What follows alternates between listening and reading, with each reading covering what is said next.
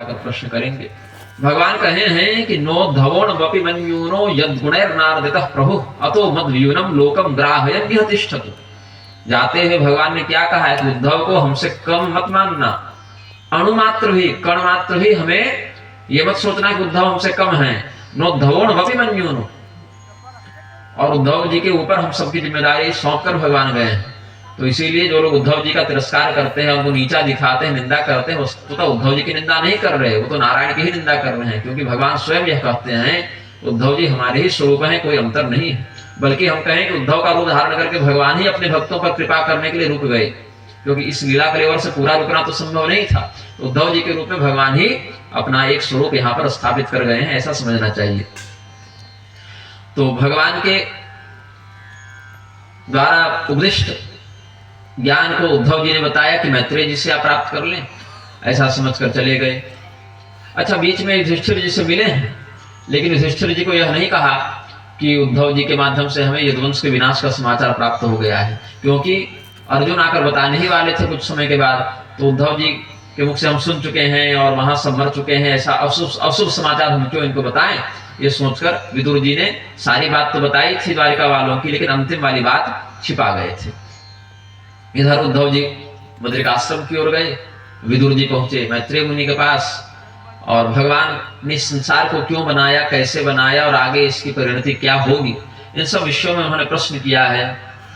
और मैत्रेय जी कहते हैं कि आप क्या प्रश्न कर रहे हैं हमसे, आप स्वयं यमराज हैं, यमराज के अवतार हैं, और आप समस्त प्राणियों के शुभाशुभ कर्म का फल प्रदान करने वाले हैं, फिर आप क्यों पूछते हैं। नैतच्चित्रं त्वयि क्षप्तरवादरायण वीर्यजे गृहीतोऽनन्य भावेन यत्त्वया हरिरीश्वरः माण्डव्य शापाद् भगवान् प्रजा संयमनो यमः भ्रातुः क्षेत्रे भुजिष्यायां जातः सत्यवती सुतात् भवान् भगवतो नित्यं सम्मतः सानुगस्य च यस्य ज्ञानोपदेशाय मादिशद् भगवान् भजन्। उद्धव जी आपको हमारे पास भेजे तो इसलिए नहीं कि हम आपको ज्ञान दें, हम तो समझते हैं भगवान की हम पर कृपा है कि हमारे माध्यम से वह ज्ञान प्रकाशित हो या सौभाग्य हमें मिले, क्योंकि आप साक्षात धर्मराज हैं। मांडव ऋषि के शाप से आपको इस प्रकार से मनुष्य लोक में दासी पुत्र बनकर अवतरित होना पड़ा, ये तो घटनाक्रम है। लेकिन वस्तुतः आप भगवान के तत्वनिष्ठ अनन्य भगवत साक्षात्कार लब्ध भक्त हैं, इसीलिए आपसे कुछ छिपा हुआ नहीं है। फिर भी हमारा यह सौभाग्य है, मादिशद भगवान भजन, हमारा यह सौभाग्य है कि हमें यह निर्देश प्राप्त हुआ कि आपके समक्ष हम उस ज्ञान का वर्णन करें। तो भगवान एक आसेदमग्र आत्मात्मना विभो, ईश्वर जो हैं वही सबसे पहले थे और वही सबसे अंतिम तक बचेंगे, इसीलिए उनके ही मध्य ईश्वर के अंदर यह सृष्टि का क्रम होता है, सृष्टि के अंतर्गत ईश्वर का क्रम नहीं होता है। मतलब ईश्वर की स्थिति सृष्टि से परे है, सृष्टि के प्रारंभ और अवसान के आगे पीछे भी जिसकी सत्ता का अनुभव करो वही परमात्मा है, और जिसके माध्यम से उसी अनंत अनादि ईश्वर के सत्ता के अंतर्गत ही ब्रह्मांड की रचना और विनाश होते हैं, वह जिस शक्ति के माध्यम से होते हैं उसी को कहा गया है माया। सावा एतस्य सुंदरष्टु शक्ति सदा सदात्मिका माया नाम महाभाग येदम निर्ममे विभु, जिससे निर्माण होता है वही माया है। और माया के दो प्रारूप बताए गए, सद सदात्मिका शक्ति ही, सत और असत दोनों प्रकार से माया अपना व्यवहार दिखाती है। इसीलिए असत कहाँ जहाँ संसार का बोध कराए, और सत कहाँ जहाँ ब्रह्म का बोध कराए। तो सत और असत दोनों ही प्रकार से उसका व्यवहार देखने को मिलता है। अब भगवान अलग से किसी बाहरी तत्व का प्रयोग करके संसार बनाते हैं ऐसी बात नहीं है। किसी पर तत्व का, पर मतलब अपर तत्व का, पर तो स्वयं हो गए, अपर मतलब अपने से अलग इतर किसी तत्व का प्रयोग करके वो नहीं बनाते कुछ। अब तो आत्मानं व्यकरोद आत्मा विश्वस्यास्य सुसृक्षया, विश्व की रचना का उद्देश्य रखते हुए उसी सदात्मिका माया शक्ति के माध्यम से भगवान ही विश्व के रूप में प्रकट हो जाते हैं। जैसे कुछ हमको चाहिए तो बाहर से कुछ बनाना पड़े तो हमारा अद्वितीय होना तो खंडित हो गया, क्योंकि भगवान के अलावा भी पहले से कुछ था।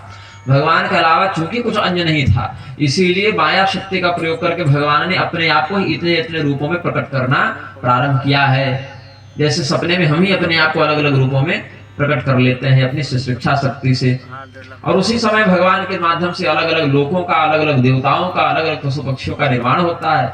तब भगवान को प्रणाम करते हुए सभी देवता स्तुति करते हैं। ननामते देव पदारविंदम प्रपन्नतापोपशमात पत्रम यन्मूलकेतायतयं जसोरु संसार दुखम बहिरुक्षिपन्ति। हे प्रभु, आपके चरणों को हम प्रणाम करते हैं, शरणागतों की रक्षा करने वाले आपकी सत्ता को हम नमन करते हैं, जिनका आश्रय लेकर बड़े बड़े योगी संसार के दुख को बाहर निकाल देते हैं और ब्रह्मानंद में विलीन हो जाते हैं।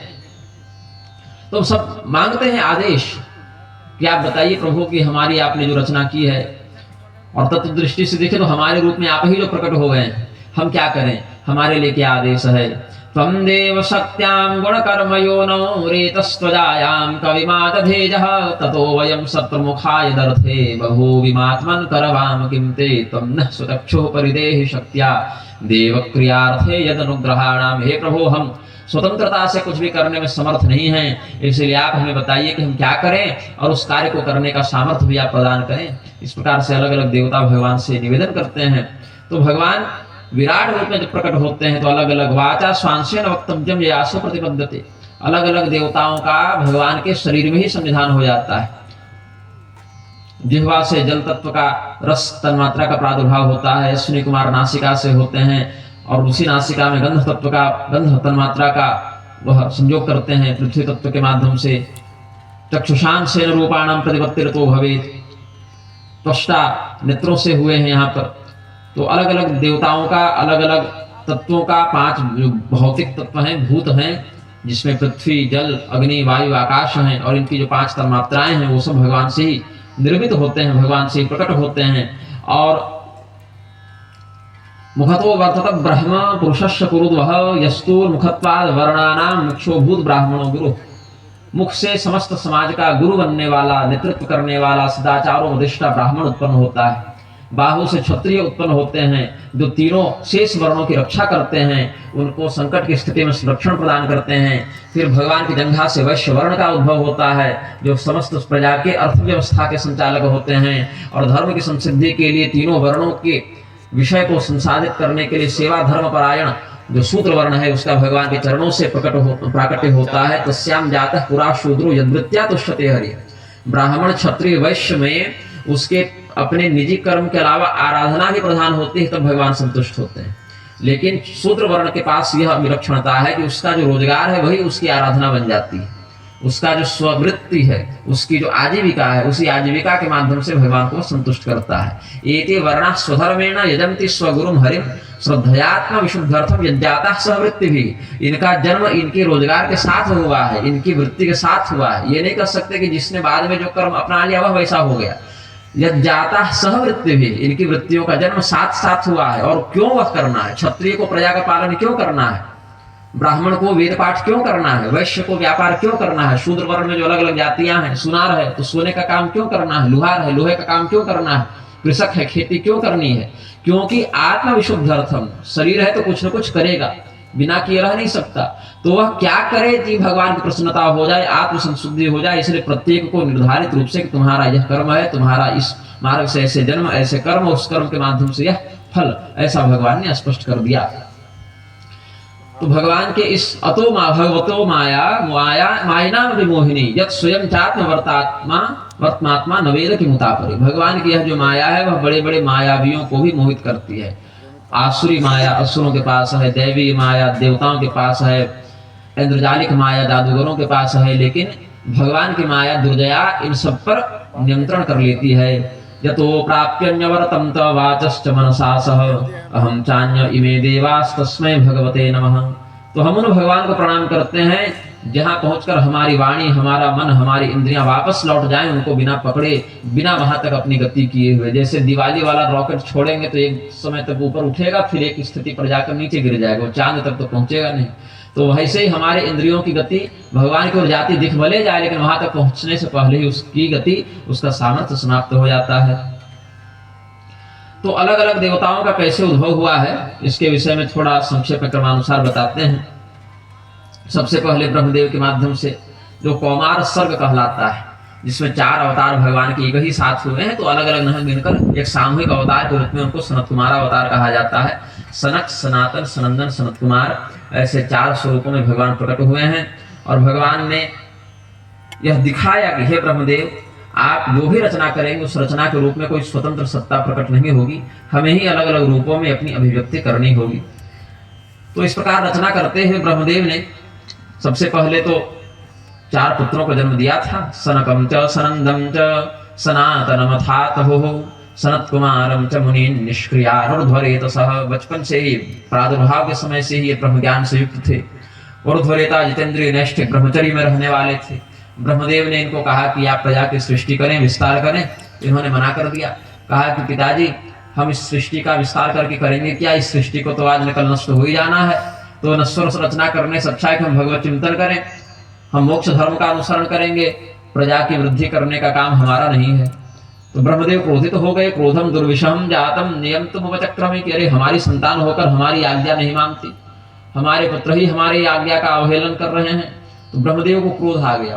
तो नियंतम उपचक्रमे, अपने बुद्धि से उस क्रोध को नियंत्रित करने का प्रयास किया कि चलो ठीक है, हमारे पुत्र हैं, कोई गलत काम तो करना चाहते नहीं। इनका कहना क्या है कि हम मोक्ष धर्म का अनुसरण करके भगवान का चिंतन करेंगे, तो इसमें क्या अपराध है।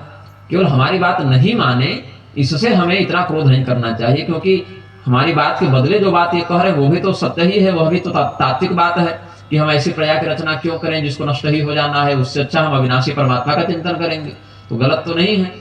तो ब्रह्मदेव ने क्रोधित तो हो गए पहले, क्रोधित होने के बाद भी अपने क्रोध को नियंत्रित करने का प्रयास किया। धियान गृह्यमाणोऽपि घोर मध्यात् प्रजापते सद्यो जायत तन्मन्युः कुमारो नीललोहितः। अब उस क्रोध को जब नियंत्रित करने का प्रयास किया तो पुनः भगवान ही एक दूसरे रूप में फिर प्रकट हो गए।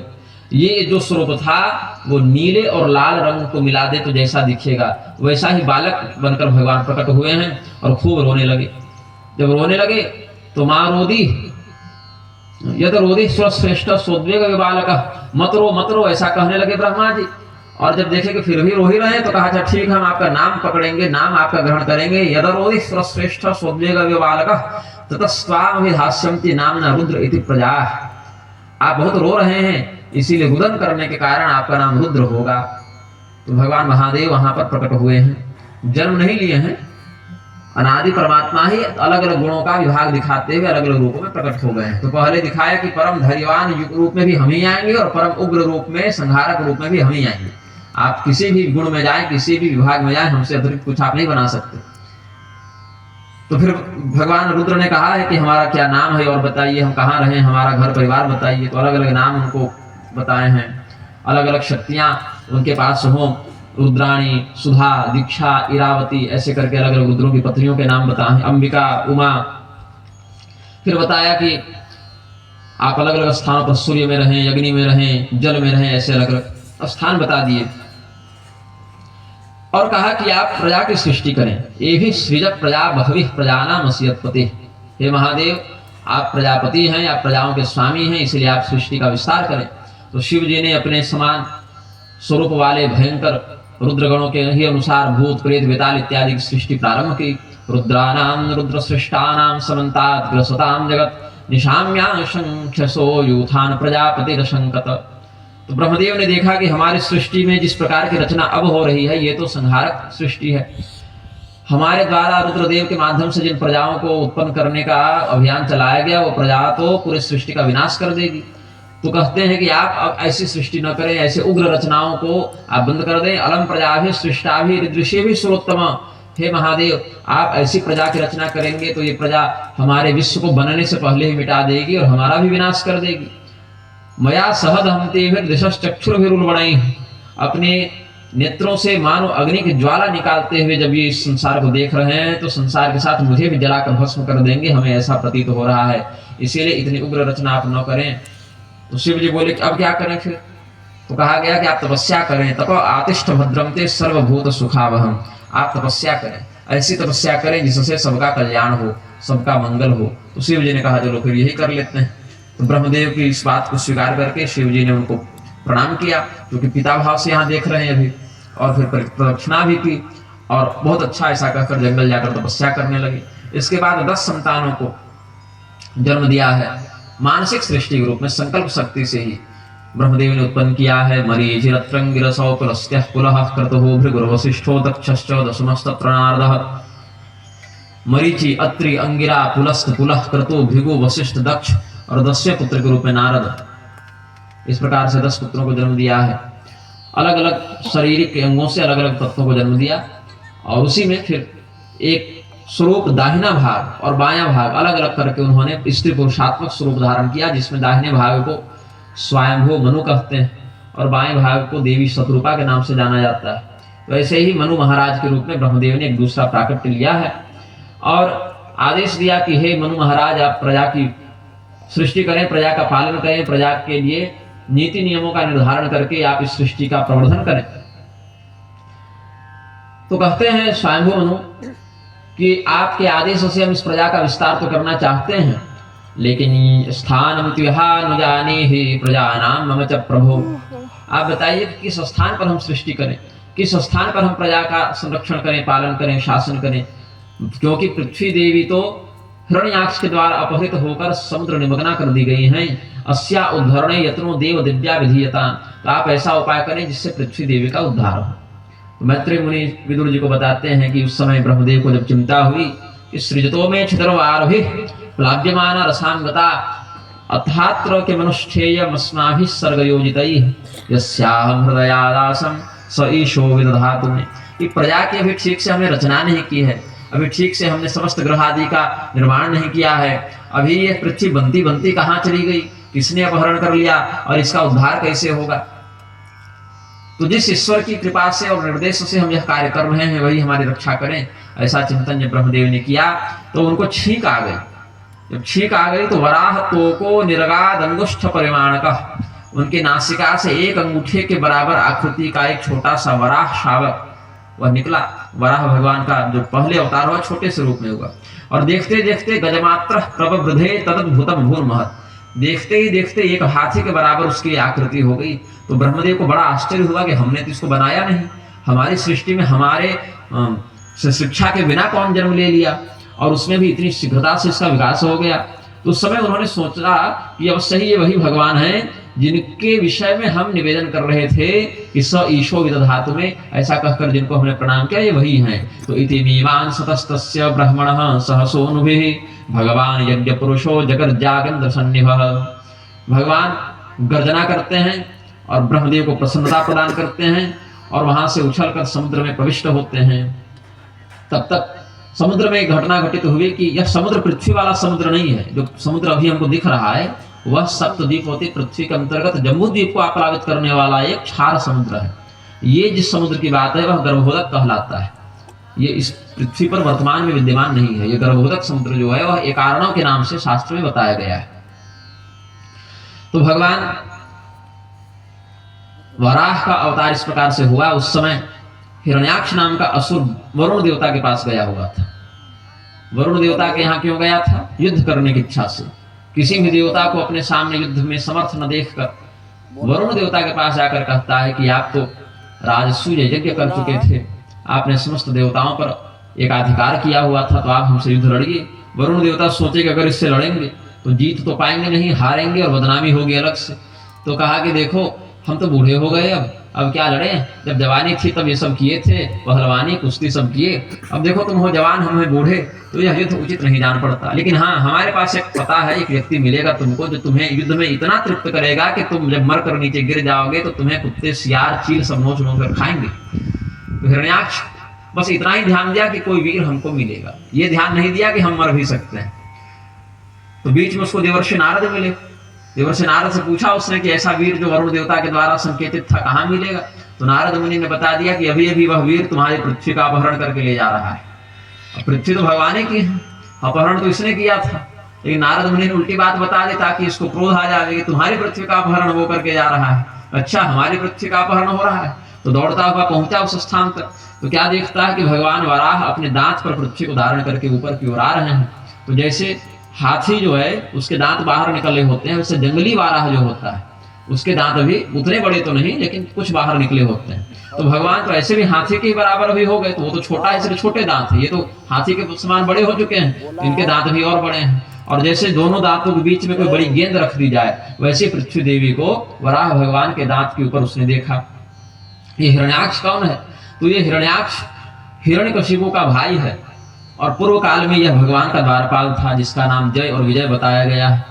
सनत कुमार जब भगवान का दर्शन करने के लिए आए थे तो इन्होंने अंदर प्रवेश करने से रोक दिया और इस तिरस्कार के बदले सनत कुमार ने 3 जन्मों तक राक्षस बनने का शाप दिया था। यह कथा प्रसिद्ध है, इसे हमने संक्षेप में आपको बता दिया। पूर्व काल में भगवती लक्ष्मी